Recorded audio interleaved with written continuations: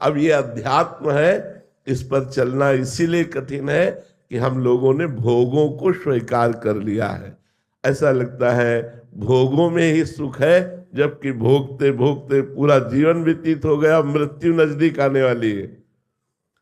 भोग यात्रा भी पूर्ण नहीं हुई, वही वासना, वही इच्छा, वही संकल्प विकल्प, वही धन की चाह, वही नाना प्रकार की मान प्रतिष्ठा की चाह, यही चाह लिए हुए पुनरपि जननम पुनरपि मरणम पुनरपि जननी जठरे शयनम, बार बार इसी चक्र में घूम रहा है। तो भाई कौन ऐसा जिज्ञासु है जो आत्मस्वरूप को जानना चाहता है? नहीं।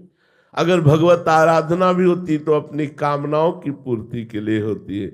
मेरी ये इच्छा पूर्ण हो जाए, मुझे ये पद मिल जाए, मैं मुकदमा जीत जाऊं, मुझे ये लाभ मिल। आत्मस्वरूप का ज्ञान प्राप्त करना कौन चाहता है? और जो चाहते हैं भगवान उनको मार्ग दे देते हैं, वो गुरु कृपा से स्वरूप बोध को प्राप्त हो जाते हैं।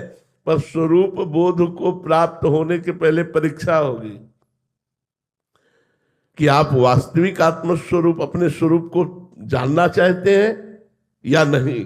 आपके सामने कंचन, कामिनी, कीर्ति, ये तीन परीक्षाएं विशेष रूप से आती है। सुंदर कामिनी भोगो, जितना चाहो उतना वैभव ले लो, विश्व की मान प्रतिष्ठा ले लो, पर आत्मस्वरूप का बोध नहीं।